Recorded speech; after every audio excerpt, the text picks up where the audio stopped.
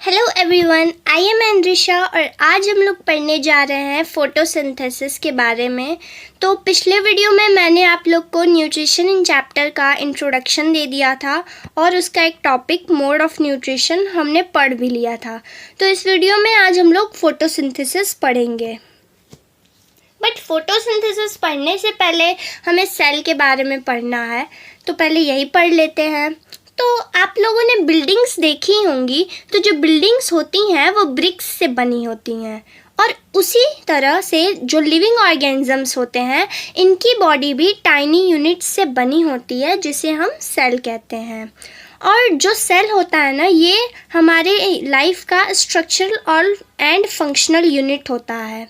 मतलब कि जैसे जो हमारी बॉडी का स्ट्रक्चर है वो भी हमें सेल ही प्रोवाइड करता है और जो भी सारे फंक्शंस होते हैं ये सब भी सेल ही करता है। इसलिए हम कहेंगे कि cell is structural and functional unit of life. अब यहाँ पे सेल का डायग्राम दिया हुआ है, तो हम देख लेते हैं कि सेल के कौन कौन से पार्ट्स हमें पढ़ने हैं और मैं जल्दी जल्दी इनके बारे में आपको बता देती हूँ। तो सबसे पहले न्यूक्लियस क्या होता है? जो सेल होती है इसके बीच में ना एक स्फेरिकल शेप्ड का स्ट्रक्चर होता है और इसी को न्यूक्लियस कहते हैं। और जो न्यूक्लियस होता है ये कुछ जेली लाइक सब्सटेंसेस से घिरा होता है और इन जेली लाइक सब्सटेंसेस को साइटोप्लाज्म कहते हैं। और जो सेल की आउटर बाउंड्री होती है उसे हम सेल मेम्ब्रेन कहते हैं। बट अगर हम प्लांट्स के सेल की बात करें तो सेल मेम्ब्रेन के बाहर भी एक और बाउंड्री होती है प्लांट के सेल में, जिसे हम सेल वॉल कहते हैं। अब हम अपने टॉपिक फोटोसिंथेसिस पे आते हैं। तो फोटोसिंथेसिस होता क्या है? तो ये एक प्रोसेस होता है जिसके थ्रू प्लांट अपना खाना बनाते हैं in the presence of sunlight by using carbon dioxide and water. और इसे इक्वेशन में भी यहाँ पे दिखाया गया है कि फोटोसिंथेसिस करने के लिए प्लांट को क्या क्या चाहिए और फोटोसिंथेसिस प्रोसेस होने के बाद प्लांट को क्या मिलता है। तो फोटोसिंथेसिस प्रोसेस करने के लिए प्लांट को कार्बन डाइऑक्साइड, वाटर, सनलाइट और क्लोरोफिल चाहिए होता है। और जब फोटोसिंथेसिस प्रोसेस हो जाता है तो प्लांट को कार्बोहाइड्रेट और ऑक्सीजन मिलता है। तो अब एक क्वेश्चन आएगा कि कार्बन डाइऑक्साइड मिलता कैसे है प्लांट को? तो जो लीव्स होती हैं प्लांट की, इनके सरफेस पे कुछ टाइनी पोर्स होते हैं और यही एयर में से कार्बन डाइऑक्साइड को ले लेते हैं और इन टाइनी पोर्स को हम कहते हैं स्टोमेटा। और ये जो स्टोमेटा होता है ये गार्ड सेल से घिरा होता है। ओके, आप इस पिक्चर में भी देख सकते हैं, ये गार्ड सेल से घिरा हुआ है स्टोमेटा। अब कार्बन डाइऑक्साइड तो मिल गया प्लांट को, अब वाटर चाहिए। तो वाटर कैसे मिलेगा? तो जो प्लांट होता है ये पूरे प्लांट में एक पाइप लाइक स्ट्रक्चर रहता है जो पूरे प्लांट से अटैच्ड होता है और इसी पाइप लाइक स्ट्रक्चर को हम वेसल्स कहते हैं और ये वेसल्स ही वाटर और मिनरल को लीव्स तक पहुंचाते हैं। ओके, अब हमें ये जानना है कि सनलाइट कैसे मिलती है और साथ ही साथ ये भी जानना है कि क्लोरोफिल क्या होता है। तो मैं दोनों बता देती हूँ। तो क्लोरोफिल एक ग्रीन कलर का पिगमेंट होता है जो लीव्स में पाया जाता है और इसी ग्रीन पिगमेंट की वजह से लीव्स जो होती हैं वो ग्रीन कलर की होती हैं। बट कुछ लीव्स तो दूसरे कलर की भी होती हैं, तो क्या उनमें क्लोरोफिल नहीं होता? नहीं, उनमें भी क्लोरोफिल होता है, बट जो दूसरे कलर के जो पिगमेंट होते हैं वो लार्ज अमाउंट में होते हैं, ज़्यादा अमाउंट में होते हैं और इसलिए वो जो लीव्स होती हैं वो दूसरे कलर की रहती हैं। और जो क्लोरोफिल होता है ना, ये लीव्स को हेल्प करता है सोलर एनर्जी को कैप्चर करने में। और जैसे ही प्लांट को सोलर एनर्जी मिल जाती है, प्लांट तुरंत कार्बन डाइऑक्साइड और वाटर को यूज करके सिंथेसिस कर लेता है, अपना फूड बना लेता है। और ये जो पूरा प्रोसेस है ना, ये एक बात प्रूफ करता है कि sun is the ultimate source of energy for all living organism. और ऐसा क्यों कह रही हूँ? इसलिए क्योंकि जो सनलाइट होती है उसी की हेल्प से फोटोसिंथेसिस होता है और फोटोसिंथेसिस से ही प्लांट को फूड लिविंग ऑर्गेनिजम्स को फूड मिलता है, और फूड से ही तो हमें एनर्जी मिलती है। तो अगर सनलाइट ही नहीं होगी तो फोटोसिंथेसिस नहीं होगा, फोटोसिंथेसिस नहीं होगा तो फूड नहीं होगा, और फूड नहीं होगा तो एनर्जी नहीं होगी। तो इसलिए sun is the ultimate source of energy for all living organism. Beside leaves, photosynthesis also take place in other green parts of the plant, like in green stems and green branches. तो हम ऐसा नहीं कह सकते हैं कि जो photosynthesis process है ये सिर्फ लीव्स में ही होगा, नहीं, दूसरे ग्रीन पार्ट्स में भी हो सकता है, जैसे कि ग्रीन स्टेम्स में और ग्रीन ब्रांचेस में। अब हम थोड़ा सा डेजर्ट प्लांट के बारे में थोड़ा सा मैं बताती हूँ कि जो डेजर्ट प्लांट होते हैं, आपने देखा होगा जो डेजर्ट प्लांट होते हैं या तो इनकी पत्तियाँ बहुत छोटी छोटी होती हैं या तो कांटेदार पत्तियाँ होती हैं, स्पाइन लाइक लीव्स होती हैं। और इनकी कांटेदार पत्तियाँ क्यों होती हैं? क्योंकि जब ट्रांसपिरेशन प्रोसेस हो तो इनका जो लॉस है पानी का वो कम हो, कम लॉस के लिए, पानी के कम लॉस के लिए ही इनकी कांटेदार पत्तियां होती हैं। क्योंकि डेजर्ट में पानी की बहुत कमी होती है तो इसलिए प्लांट को भी अपने पास ज़्यादा पानी रखना होता है और इसलिए इनकी पत्तियां कांटेदार होती हैं। तो इनका फोटोसिंथेसिस कहाँ होता होगा? स्टेम्स में। जो ये डेजर्ट प्लांट होते हैं ना, इनका फोटोसिंथेसिस इनके ग्रीन स्टेम्स में होता है।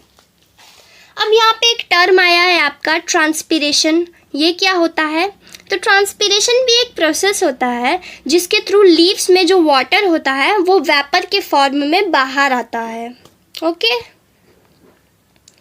अब अगर मैं एक सिंपल सा क्वेश्चन पूछूं आपसे कि can you imagine life on earth in the absence of photosynthesis, तो आपका एब्सोल्यूट आंसर होगा no, we can not imagine life on earth in the absence of photosynthesis. But क्यों? क्योंकि जो फोटोसिंथेसिस प्रोसेस से ही खाना बनता है, तो फोटोसिंथेसिस नहीं होगा तो कोई खाना ही नहीं होगा। और ऑक्सीजन जो हम लोग के लिए बहुत इम्पॉर्टेंट होता है, जिसके बिना हम सर्वाइव नहीं कर सकते हैं, ये भी फोटोसिंथेसिस होता है तभी बनता है। तो फोटोसिंथेसिस नहीं होगा तो खाना भी नहीं होगा, फोटोसिंथेसिस नहीं होगा तो ऑक्सीजन भी नहीं होगा, तो इंसान कैसे ज़िंदा रहेगा? तो इसलिए life is not possible on earth without photosynthesis. Okay, अब एक एक्टिविटी देख लेते हैं एनसीईआरटी की। तो इस एक्टिविटी में क्या है कि आपको 2 प्लांट लेने हैं और एक प्लांट को सनलाइट में रख देना है और एक प्लांट को एक डार्क रूम में रख देना है जहाँ पे सनलाइट ना पहुँचे। ओके, अब आपको क्या करना है, इन दोनों प्लांट्स पे ना कुछ दिन बाद आयोडीन टेस्ट करना है। और जब इन दोनों प्लांट की लीव्स पे आप आयोडीन टेस्ट करोगे तो आपको बहुत डिफरेंस दिखेगा। क्या डिफरेंस दिखेगा? जब आप उस प्लांट की लीफ पे टेस्ट करोगे आयोडीन वाला जो डार्क रूम में रखा हुआ है, तो आपको उस पर कोई ब्लू ब्लैक कलर नहीं आएगा उस पर, क्योंकि उसमें फोटोसिंथेसिस नहीं हुआ है। और जो सनलाइट में रखा हुआ है प्लांट, अगर आप उस पे आयोडीन टेस्ट करोगे ना, उसकी लीव्स पे अगर आयोडीन टेस्ट करोगे तो उस पर ब्लू ब्लैक कलर आ जाएगा। क्यों? क्योंकि उसमें फोटोसिंथेसिस हुआ है। बट फोटोसिंथेसिस से ब्लू ब्लैक कलर का क्या रिलेशन, अभी बताती हूँ। So the presence of starch in leaves indicates the occurrence of photosynthesis. अगर आपको लीफ में स्टार्च दिख रहा है तो मतलब ये है कि फोटोसिंथेसिस हुआ है। तो अब ऐसा तो है नहीं कि स्टार्च हमें ऐसे आंखों से देखेंगे तो दिख जाएगा, उसके लिए कोई टेस्ट करना पड़ता है और वो होता है आयोडीन टेस्ट। आप किसी भी प्लांट की लीव्स पे या किसी भी फूड पे अगर आप आयोडीन टेस्ट करोगे ना, तो उस पर अगर ब्लू ब्लैक कलर आ गया तो इसका मतलब ये है कि उसमें स्टार्च है।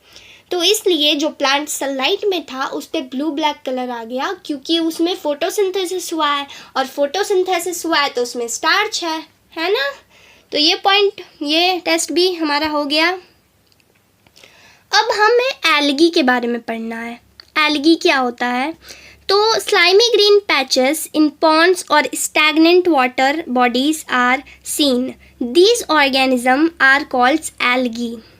आपने देखा होगा कुछ तालाब होते हैं, उनमें कुछ ग्रीन पैचेस दिखते हैं, या हम कहीं पानी रख देते हैं उनमें भी कुछ जमा हो जाता है, बहुत दिनों से पानी कहीं जमा रहता है, वहाँ पे भी कुछ ग्रीन पैचेस आपको दिखाई देते हैं। तो ये ग्रीन पैचेस क्या होते हैं? ये भी एक ऑर्गेनिज्म होते हैं। इन्हें हम कहते हैं एल्गी। और ये ग्रीन कलर के होते हैं, मतलब इनमें क्लोरोफिल है, और क्लोरोफिल है तो फोटोसिंथेसिस करते हैं। ओके, और अब हमें एक और चीज़ हमें देखनी है कि जो प्लांट होता है वो तो सिर्फ कार्बोहाइड्रेट तो सिर्फ बनाता नहीं है, और भी दूसरे भी फूड्स बनाता है। तो वो देखते हैं कि और कौन कौन से फूड के कंपोनेंट्स बनाता है वो। So carbohydrate are used to synthesize other components of food such as proteins and fat. But protein तो नाइट्रोजनस सब्सटेंस होता है जिसमें नाइट्रोजन होता है, लेकिन प्लांट तो एटमॉस्फेरिक नाइट्रोजन डायरेक्ट ले नहीं सकता, तो प्लांट कैसे प्रोटीन बनाता है मैं बताती हूँ। जो सॉइल होती है ना, उसमें कुछ छोटे छोटे बैक्टीरियाज होते हैं, और ये जो होते हैं ये गैसियस नाइट्रोजन को ये ले लेते हैं और इसे एक यूजेबल फॉर्म में कन्वर्ट कर देते हैं, जिसे प्लांट ले लेता है, और इस प्लांट उस यूजेबल फॉर्म वाले नाइट्रोजन को ले लेता है और फिर प्रोटीन बना लेता है। और अब एक बार तो यहाँ ये हमें पता चल गया कि प्लांट कैसे प्रोटीन बनाता है। अब एक बार एंड में हम अपना देख लेते हैं ये फिर से एक बार ये इक्वेशन फोटोसिंथेसिस वाला।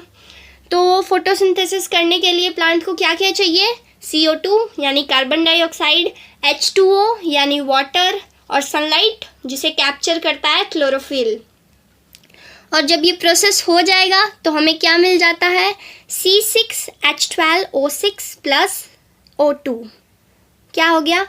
ये कार्बोहाइड्रेट प्लस ऑक्सीजन की बात कर रहा है यहाँ पे। कार्बोहाइड्रेट का शॉर्ट फॉर्म हुआ है C6H12O6 और ऑक्सीजन का तो O2 है। तो यही सिंपल सी बात थी कि फोटोसिंथेसिस करने के लिए CO2, H2O, सनलाइट चाहिए, जिसे सनलाइट को कैप्चर करता है क्लोरोफिल। और जब ये फोटोसिंथेसिस प्रोसेस हो जाएगा तो हमें क्या मिलेगा? प्लांट्स को क्या मिल जाता है? कार्बोहाइड्रेट और ऑक्सीजन। ओके, तो ये था हमारा पूरा फोटोसिंथेसिस का प्रोसेस। इसमें आपको पता चला कि कैसे प्लांट जो होते हैं वो अपना खाना बनाते हैं और क्या क्या उन्हें चाहिए होता है, और क्या हम बिना फोटोसिंथेसिस के रह सकते हैं, ये सब आपने जाना, और आपने एल्गी के बारे में भी जाना। ओके, तो यही था आज के लेक्चर में। अब नेक्स्ट लेक्चर में हम अपना नेक्स्ट टॉपिक पढ़ेंगे। So thanks for watching. Thank you.